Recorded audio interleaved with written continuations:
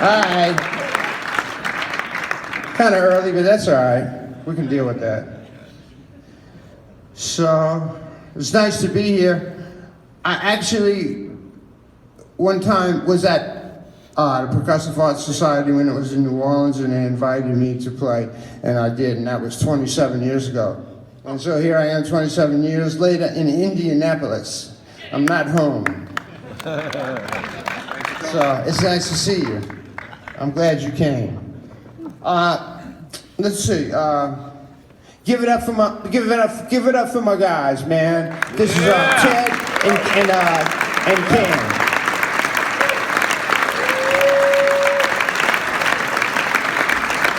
Yeah, you're right. I agree.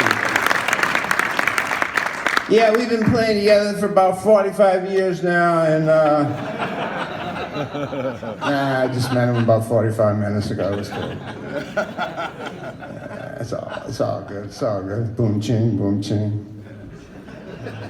So, well, speaking of boom ching, is it before we go on, because we're gonna just play music for you, and I was prepared to try to answer or address anything that you might want to talk about concerning drums, music, life, death, all of those kind of things. So, any questions? Anybody want to ask me about stuff? Yeah, right here, my man.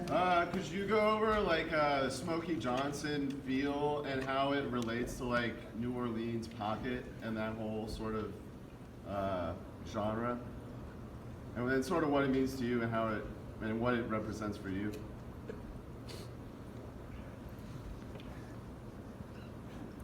Well,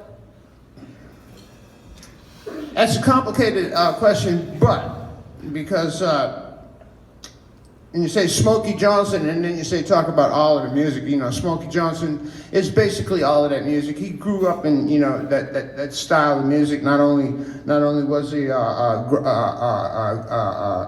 good what I call folk player, which is like street beats, funk, and stuff like that. That's basically the folk music of New Orleans. Is that kind of syncopated clave that we play with, the same kind of syncopated clave that Smokey Johnson made famous with that song you probably know, It Ain't My Fault, and I'm sure you know that one. Can you name 3 other songs that Smokey Johnson wrote? Did you hear what I No. saw? What? Did you hear what I saw? Okay, good idea. That's good. I'm glad somebody doing some homework. That's real cool. Okay, let me address your question. You said something about Smokey and how that relates to New Orleans music. Was that your question? That sort of pocket, in between swing and Oh, all right, yeah. You're talking about like that, whether something is straight or whether something is more like a shuffled. And then somewhere in between, where it's not quite, it's like a lazy straight 8th note or a stiff shuffle. You can think of it as this 1 and 2 and 3 and 4 and 1.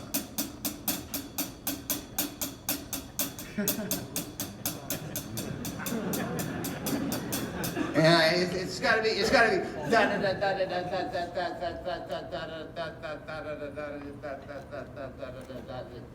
If you can sing a triplet next to an 8th note, and before you know it, you start mixing those two together, and it become somewhere where we call in the crack.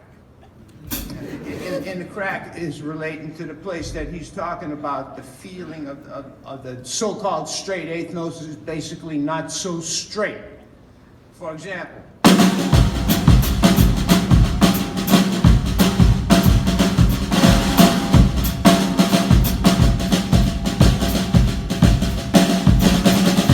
So see, I could play a triplet there, or I could play straight 16ths. It should be straight, because I'm somewhere already in the middle. Like this bends, doesn't it? Modern man.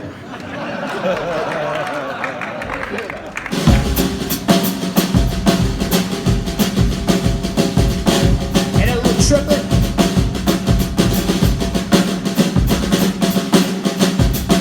Something a little straighter.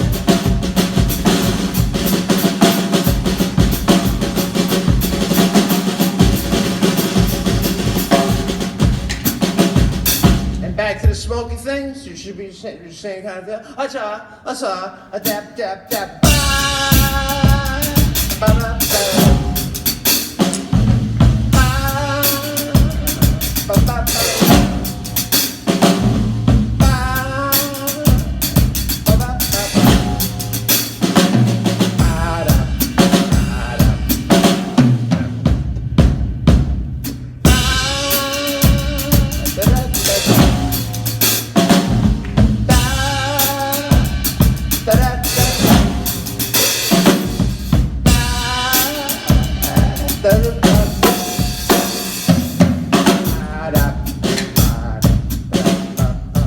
So it's the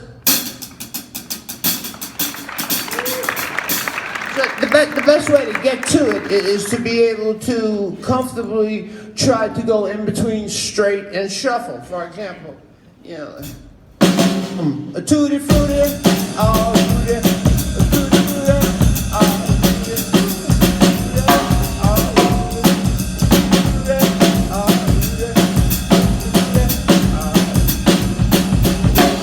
bang, that bam, bam, or I can say,